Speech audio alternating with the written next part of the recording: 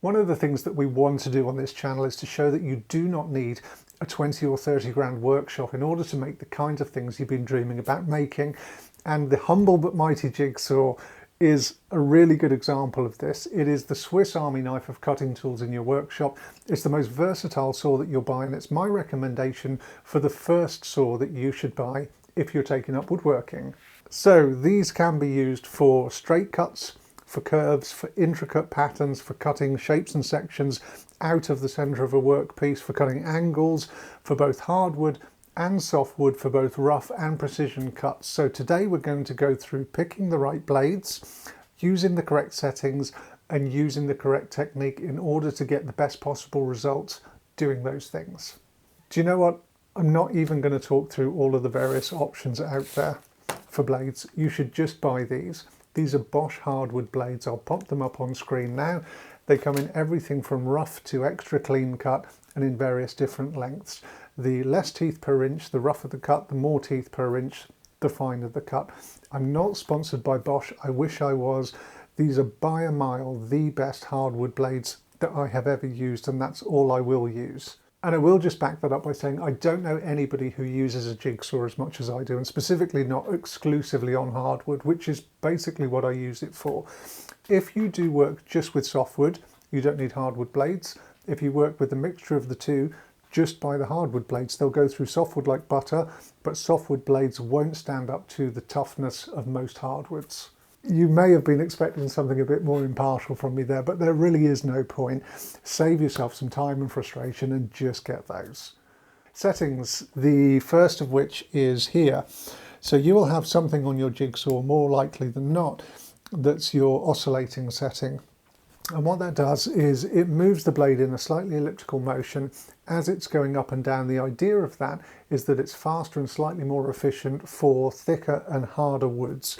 So that oscillating motion takes material away a little bit quicker, causes a bit less friction, which causes less heat in your blade and makes them last a bit longer. So for hardwood, particularly for thicker hardwoods, that's a setting you really want to be using. Because it cuts a little bit rougher in that setting for thinner hardwood stock, for exclusively cutting softwood, or for making those real precision cuts, that's not a setting that you need to be using. Next up is the speed, and you will have a speed setting of some description somewhere on your jigsaw. And there's a couple of things to consider here.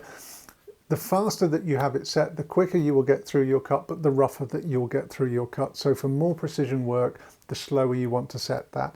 The other part is for softwood versus hardwood. So you can go very fast through softwood, but for hardwood, because it's tougher to cut, the higher the speed, the higher the friction, the higher the chances of your blade binding as you're cutting, and the higher chances of ruining your blade. So the softer the wood and the rougher the cut, the faster you can set it, and the harder and thicker the wood and the more precise the cut, the slower you can set it. So that's the settings. We're going to do the cutting demo now, and I'll talk through how to make sure your base plate is set up correctly as we do that. The plastic cover is the protective shoe, so I always leave that on. It's just designed to protect the workpiece that you're cutting, but I always find that it makes it easier to glide over the wood using plastic than it does to take that off and just ride it against the metal base plate. What is important before you start cutting is to make sure that this base plate here is 90 degrees to the blade that you've got. So don't trust what it says on your saw. Those won't always be perfect. These will always be adjustable. And all you need to do is grab yourself a little engineer's square and just check that that is dead on 90 degrees. So that looks perfect to me. So we're ready to go. I'll use a thick piece of hardwood. This is Okame, because I think most people will be interested to see how close you can get to a 90-degree cut using a jigsaw if you're using the right technique. We'll do a straight cut first. It's the easiest type to do, and the best way to do it is just to clamp some form of straight edge onto your workpiece that you can ride the saw against. We're going to use the orbital motion, and I have this set to a slow speed. So we're just going to let the saw glide along what it's cutting. We're not going to push it at all, because when you're cutting with the grain, if you're forcing the saw through, what you'll find is that the blade will naturally want to follow the inconsistencies and the pattern of the grain. So by going slow and just letting it move almost under its own weight, that will give you the best results and the cleanest cut. And I'm also going to slow down a bit here because I've noticed that I've got a knot and that's going to be really hard to get through. I know that in most jigsaw videos it says to keep 2 hands on the saw and keep everything nice and firm, but I think a light touch is very much what's needed in order to get the best results from a jigsaw. So I use quite a delicate grip on this hand and just a bit of thumb pressure, well away from the blade, but just to keep the base nice and secure on the workpiece. So let's go.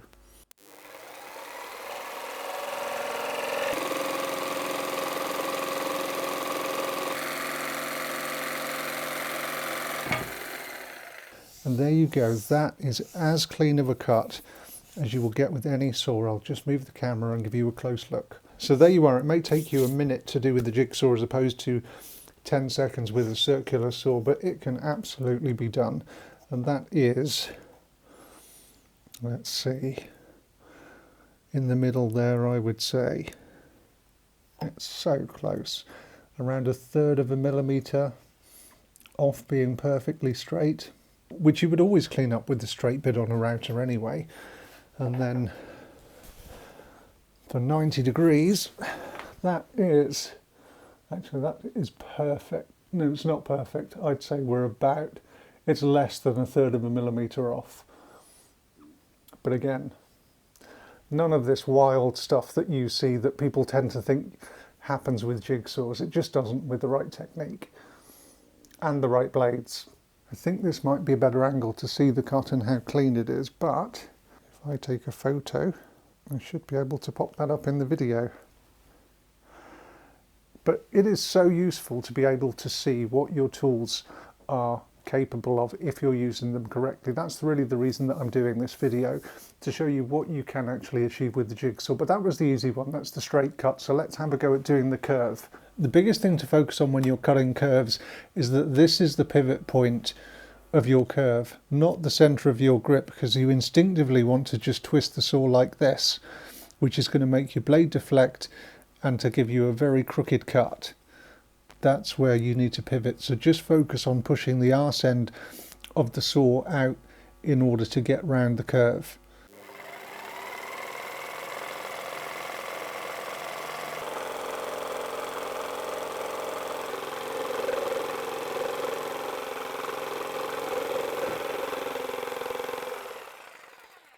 So again, a nice smooth cut, and I'll just show you how far outside of my pencil line I tend to cut. It's about 1 millimetre, and you can see if you're doing a cut where you have to come in from the side of the wood, you will always get a bit of deflection there, so that's always a bit you're going to need to just square off. Let's move the camera and take a look. Okay, I think you can just see there. I would say that's about 1/4 of a millimetre off 90 degrees in the top. Here there's a gap about 1/4 of a mil, but this is also a rough board, so there's peaks and troughs all over it. And the key to getting it so close to 90 degrees is to make sure that you're pivoting the saw on the blade and not on the center of your grip.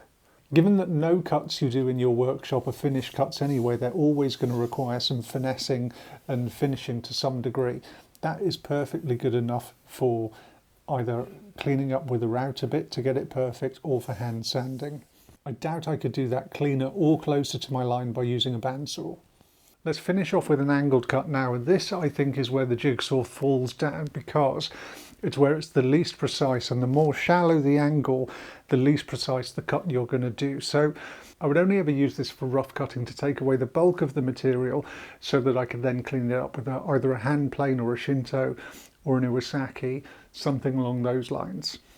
Okay, let's give this one a go.